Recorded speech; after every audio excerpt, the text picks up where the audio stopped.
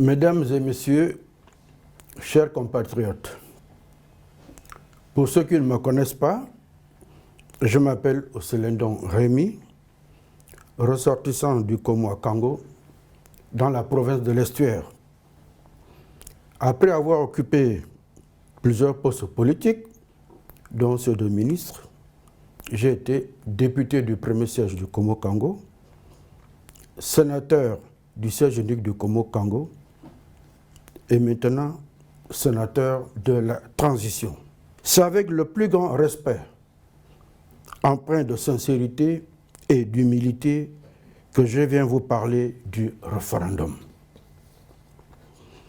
En effet, la Constitution énonce que la souveraineté nationale appartient au peuple qui l'exerce directement par le référendum ou par l'élection, selon le principe de la démocratie pluraliste et indirectement par les institutions constitutionnelles.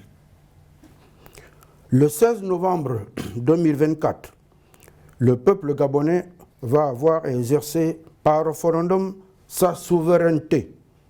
Ceci pour se prononcer par un oui ou par un non sur le projet de constitution qui va couronner la transition en place depuis le 30 août 2023. Cette constitution est une œuvre humaine.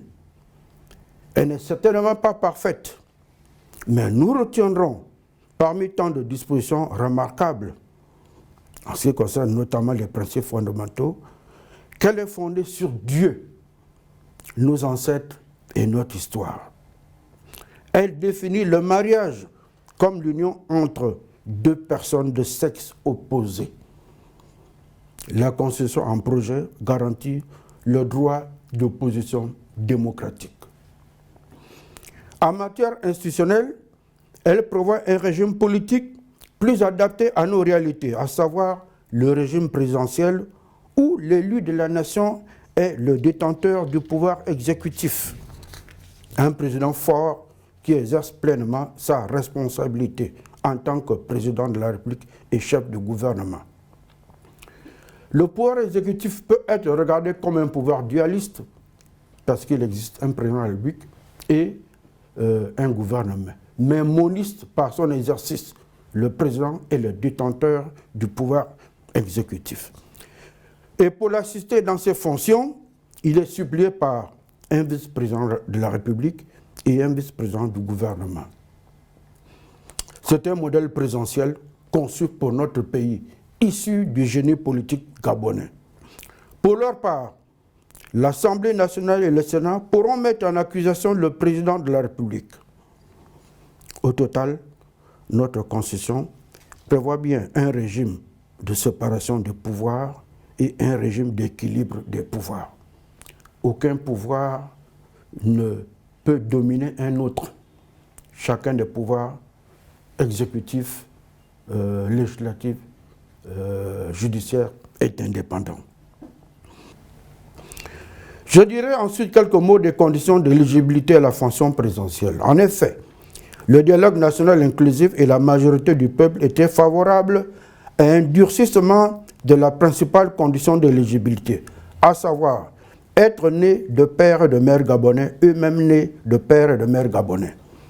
Mais le Constituant a su raison garder. Il a recherché la voie du consensus social, de l'unité nationale, pour proposer aujourd'hui une formule plus consensuelle, à savoir être né gabonais, d'au moins un parent gabonais, lui-même gabonais. En outre, le président serait élu pour un mandat de 7 ans renouvelable une fois. Ainsi, à contrario du quinquennat, le septennat est un élément de stabilité et donne du temps au temps dans la réalisation du projet de société du président de la République. En même temps, la limitation à 2 mandats est le garant de l'alternance démocratique. Enfin, le projet propose un modèle de constitution la mettant à l'abri de trop fréquentes modifications et prévoit des dispositions intangibles. Mes chers compatriotes, faisons en sorte que notre transition soit un modèle de réussite en Afrique. Et pour toutes les fautes raisons évoquées ci-dessus, et bien d'autres encore, Je vous exhorte à voter massivement pour le oui au référendum du 16 novembre 2024, de façon à offrir à notre pays une loi fondamentale qui garantisse un avenir meilleur. Je vous remercie. Que Dieu bénisse le Gabon et qu'il vous bénisse.